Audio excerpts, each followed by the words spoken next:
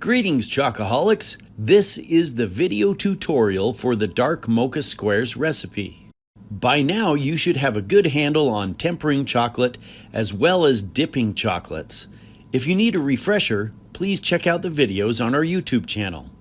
Following the recipe, gather all your ingredients and equipment. For the equipment, you'll need a saucepan, a 9x13 sheet pan, a wire whip, an offset spatula, a rubber spatula, something to crush your coffee beans slightly, another container or bowl, a strainer, and an immersion blender. Set up your mold by lining your 9x13 sheet pan with a piece of parchment.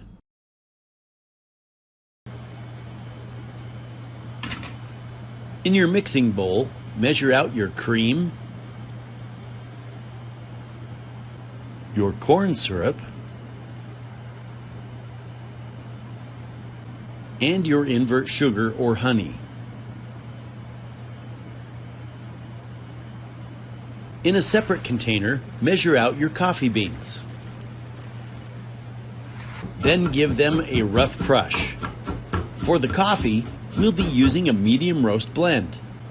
Add the crushed coffee beans to the cream mixture and then set it aside. In another container, measure out your chocolate and cocoa butter.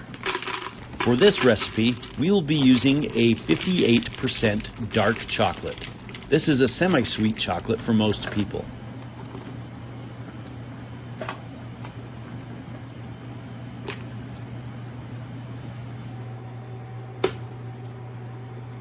Before cooking your cream mixture, put your chocolate and cocoa butter into the microwave for a minute or two to get it to soften. Remember, do this in 30-second intervals so you don't burn your chocolate.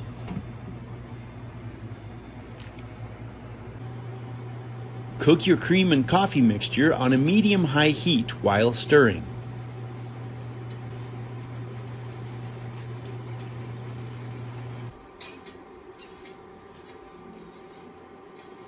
Continue to cook it until it just comes to a boil. Then remove it from the heat.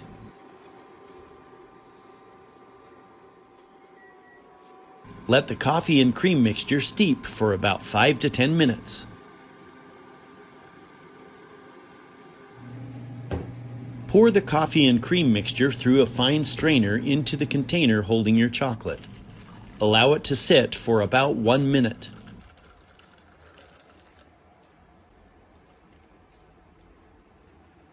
Press down on the coffee in the strainer so you can squeeze out as much of that flavorful cream as you can.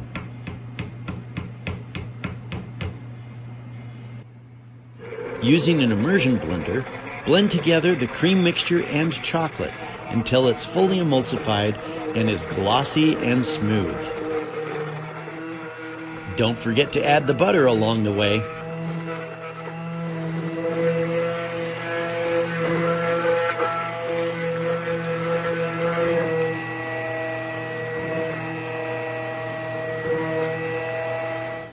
Once the mixture is smooth and glossy, immediately pour the ganache into your mold and spread it around evenly.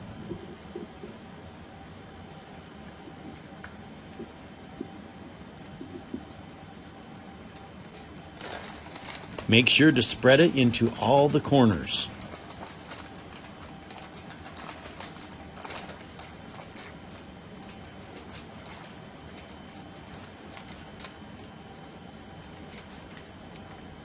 Then, using your offset spatula, spread it out evenly and make it nice and smooth.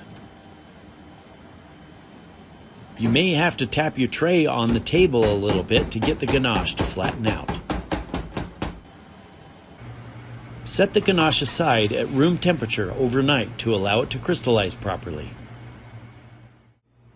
The next day, your ganache should be fully set and crystallized. To aid in the unmolding and cutting process, put it in your refrigerator for about half an hour. Once it's cooled adequately, remove it from the tray and cut off the edges so you have nice square edges to work with.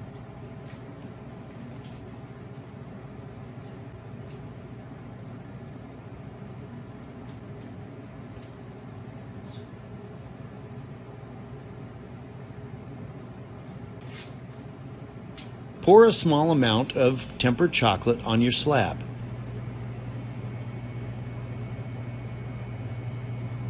Then spread it into a nice thin layer called a chablon.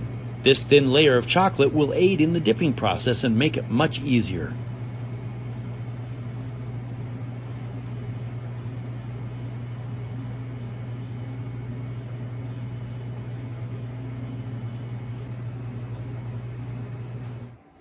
Once the chocolate layer is completely set, flip the slab over and remove the parchment.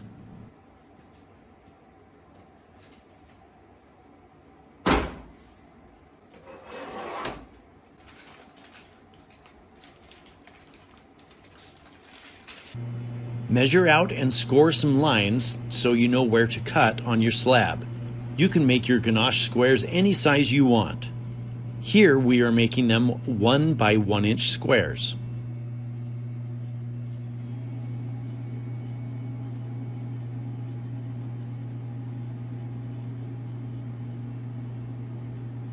This ganache tends to stick to your knife, so have patience, handle the ganache carefully, go slowly, and clean your knife frequently.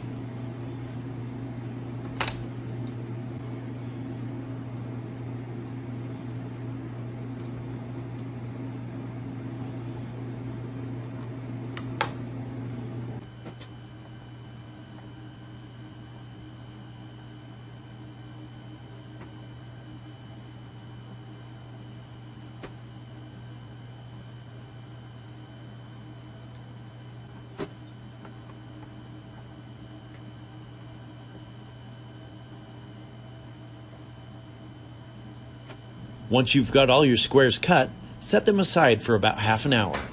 This will make them easier to handle when it's time to dip. When dipping your ganache squares, turn your square over so that the chablon, the chocolate layer, is facing up. Push down on the back bottom side of your square, allowing it to submerge and roll over on your fork. Tap your fork on the side of the bowl so that it evens out the layer of chocolate and makes it nice and smooth. Touch the end of the fork to the parchment paper and allow the chocolate square to slide down naturally until it touches the parchment, and then gently pull the fork away. Continue dipping chocolates as before.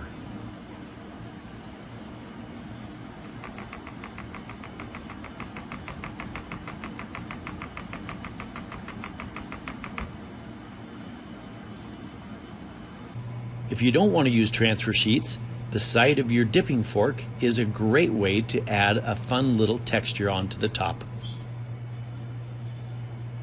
There's all sorts of ways to decorate your chocolates, so let your imagination run wild.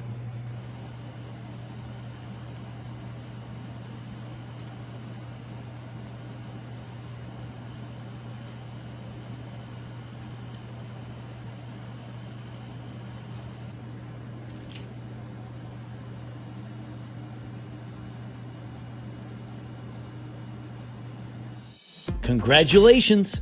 You now know how to make dark mocha squares.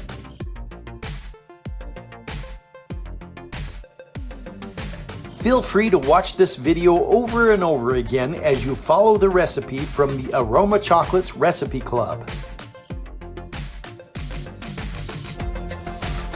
We'll see you again next month, and in the meantime, I hope you have a sweet day.